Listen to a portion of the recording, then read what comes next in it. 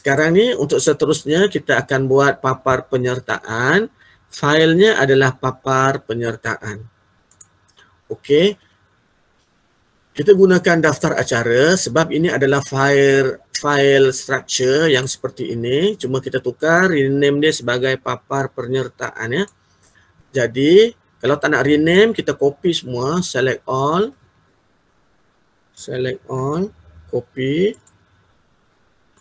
buka page baru, new, kita paste dekat situ. Okey, kita tukar dia punya nama ni sebagai, kalau borang-borang, kita tukar sekarang dia jadi jadual lah ya. Jadual penyertaan.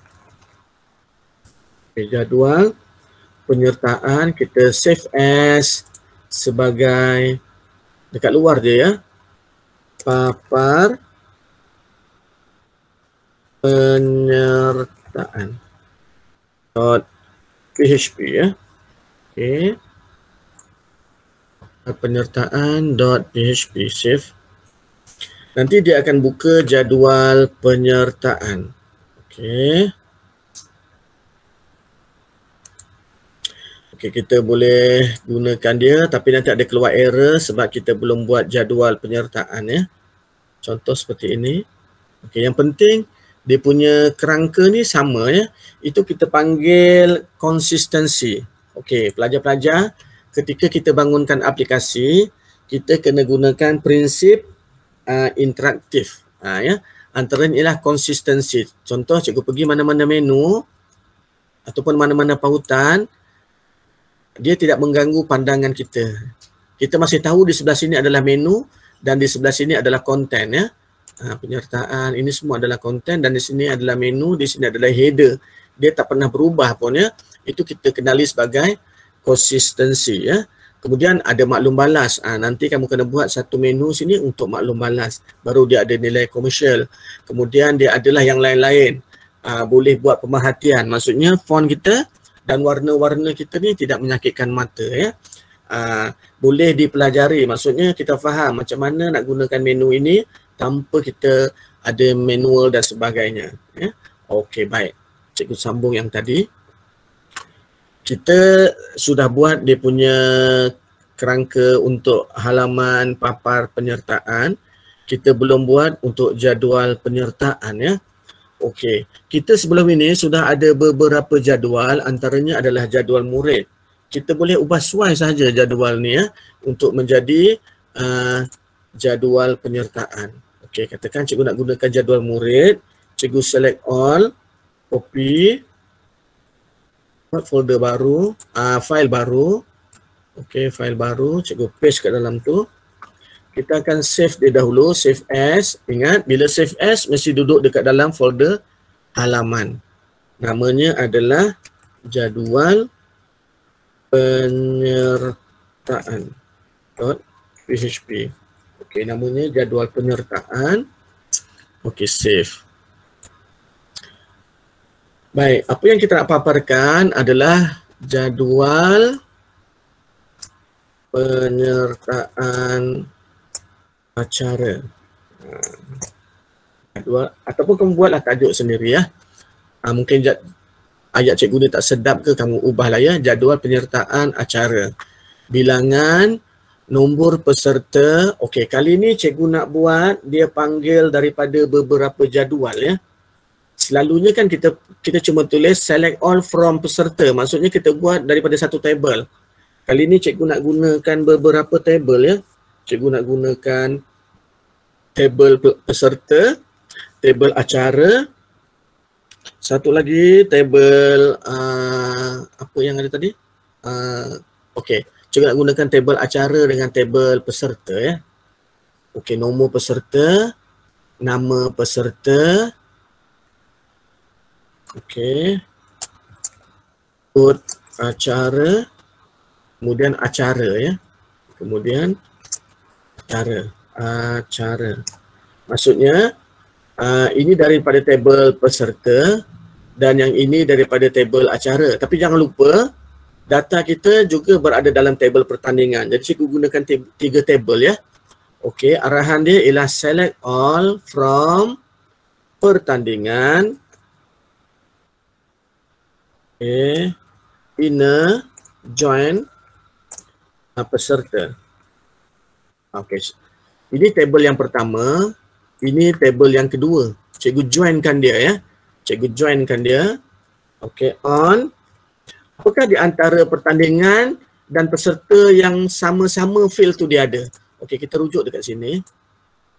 Mula-mula kita tengok pertandingan, dia ada nombor peserta. Kemudian kita tengok peserta, dia juga ada nombor peserta. Jadi kita akan gunakan itu sebagai dia punya jembatan dia. Dalam pertandingan, ada kod acara. Dalam table acara juga ada kod acara. Itu nanti kita akan gunakan sebagai jambatan ataupun dia punya link dia. Okey. Cara tulis dia, select all from pertandingan, inner join peserta, tambah perkataan on peserta titik nombor peserta. Sama juga ada dekat dalam pertandingan titik nombor peserta. Maksudnya dia kata dekat table peserta pun ada nombor peserta, dekat table pertandingan juga ada nombor peserta. Okey. Inner join acara. Acara ya. On, bukan cara, acara. Acara. On acara titik kod acara juga ada dekat dalam pertandingan titik kod acara semikolon. Okey, baik. Select all from pertandingan, inner join peserta, on peserta, nombor peserta, pertandingan, nombor peserta. Kedua-duanya nombor peserta ya. Inner join acara, ada kod acara dalam acara dan ada kod acara dalam pertandingan. Okey. Sekarang kita run dia. Okey. Baik, yang pertama kita nak paparkan nombor peserta, betul. Yang kedua nama peserta, betul. Yang ketiga kod acara. Dan yang keempat acara. Okey, kita betulkan ya. Yang ini kita tengok dekat dalam table dia. Dekat dalam table dia kod acara dan acara ya. Jadi kita kata kod acara dan acara. Okey, tutup table. Itu sahaja dan kita save dia menjadi jadual penyertaan ya. Okey, save. Okey, cikgu nak run dahulu. Nak test papar penyertaan ya. Okey. Walaupun dekat dalam pertandingan, kalau kita lihat dalam jadual pertandingan tak ada pun nama. Pergi kat pertandingan, dia tak ada nama, dia ada kod sahaja. Begitu juga dengan acara, dia tak ada nama acara, dia ada kod sahaja. Tapi paparan, kita boleh buat kombinasi daripada lebih satu table ya. Jadi, dalam jadual penyertaan, kita panggil kod ini dan nama ini daripada dua jadual yang berbeza. Kita panggil kod acara dan acara ini dari dua jadual yang berbeza juga ya. Okey, jadi kita dapat tahu bahawa alias nombor pesertanya H8008. Kemudian alias kod peserta dia B0101. Dan begitu juga kod acara dan acaranya ya. Okey, baik. Sekarang ni kamu dah belajar beberapa perkara. Okey, cikgu tunjukkan kod dia. Okey. Baik. Yang pertama tadi kita buat pengurusan. Okey. Kita cuma ambil daripada table input, kita tukar yang ini ya. Okey, kamu tengok yang itu. Kedua, kita buat dia punya structure page untuk kerangka. Kita gunakan pengurusan. Kita jadikan dia peserta. Kita cuma ubah baris 16 ini dengan arahan include. Kita akan panggil file yang berada dekat halaman yang bernama borang peserta. Okey. Selepas itu, jangan lupa kita buat borang peserta. Okey. Borang peserta. Ada tak sini? Borang. Okey, borang peserta ya. Ada dua ya. Okey. Ini adalah borang peserta. Okey, borang peserta ini sebenarnya kita panggil data, kita masukkan 2 data secara input dan kita panggil 2 data lagi daripada database ya. Okey.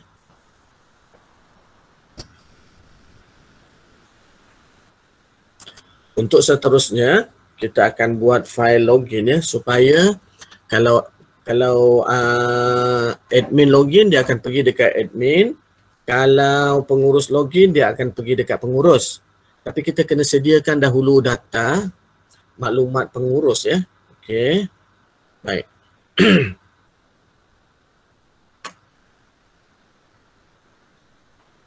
Okey, cikgu harap kamu sekarang dah dapat file-file tadi dan kamu boleh run dia, tengok macam mana.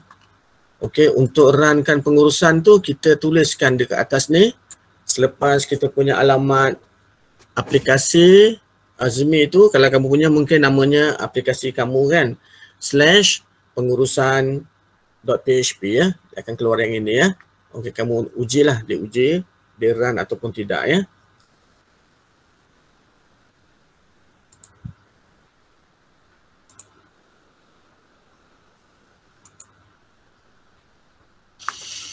Okey, baik.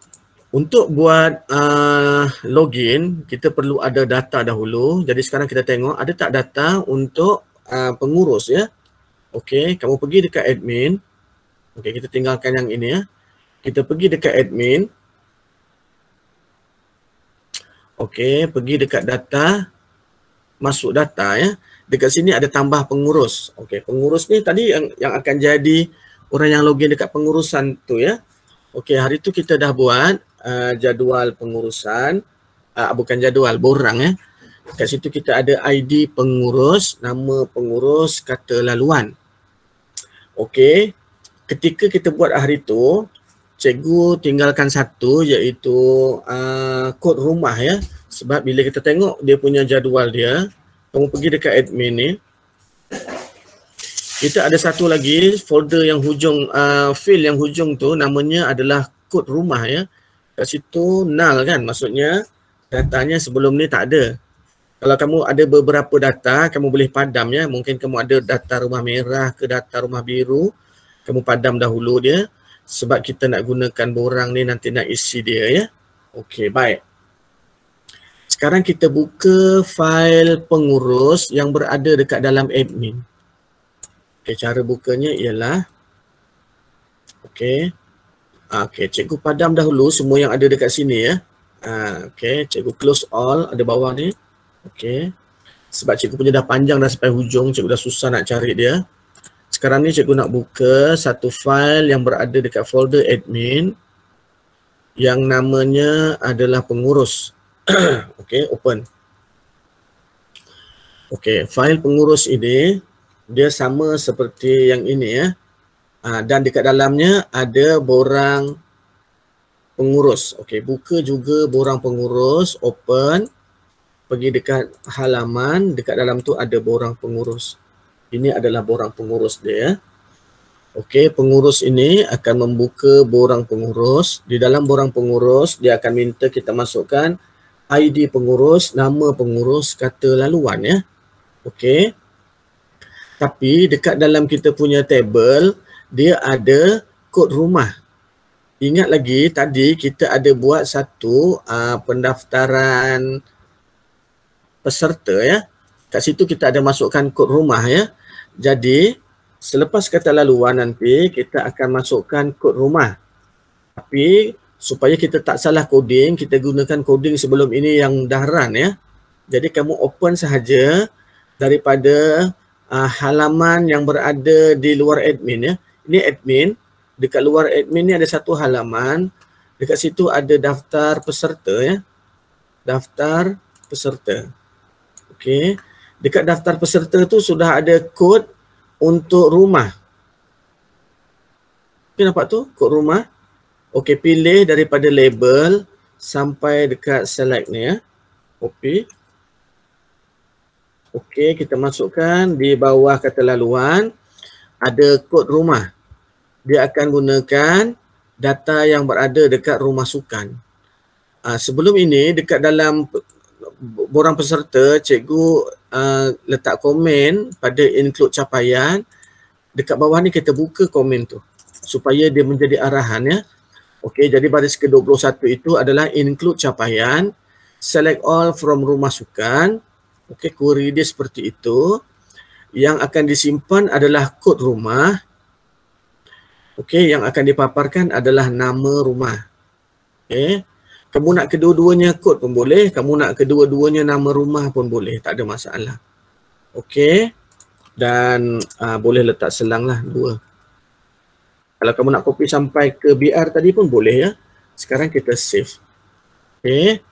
Baik, apa yang berlaku sekarang, ini yang sebelum ini, selepas kita tambah tadi, kamu refresh, dia akan keluar kod rumah dekat bawah ni, supaya kita boleh tentukan cikgu itu rumah apa ya. Pengurus itu rumah apa, sama ada di rumah biru, hijau, kuning atau merah. Yang ini dia akan bergantung kepada masuk data tambah rumah sukan. Katakan kita tambahlah satu rumah baru ya. Mungkin P, purple. Rumah purple ya, tambah. Okay. Bila cikgu pergi dekat tambah pengurus, dekat kod rumah ni dia dah daripada 4 tadi dia dah bertambah. Ada satu lagi baru, purple. Dia ikut saja apa yang kita tambah dekat dalam rumah ya. Okey. Apabila kita tambah satu data yang baru yang diinput dengan nama kod rumah, jadi di dalam proses ini kita tambah juga satu lagi input baru. Okey, kita buatkan pemboleh ubah dia. Boleh copy yang itu, mungkin kod rumah ya. Kod rumah. Ini adalah kod rumah juga. Kita akan terima kod rumah. Ingat, sebelum ini kita cuma arahkan masuk ke dalam admin pada 3 medan sahaja. Kita tambah satu medan, namanya kod rumah. Begitu juga dengan dia punya values dia, kita tambah satu values, iaitu $kod rumah. Okey. Kita tambah kod rumah di sini dan juga kita tambah pemboleh ubah kod rumah ini, sebab pemboleh ubah ini akan datang daripada borang ya, yang kita terima secara post. Nama yang ada dekat dalam post ini sama nama yang ada pada select ini. Okey.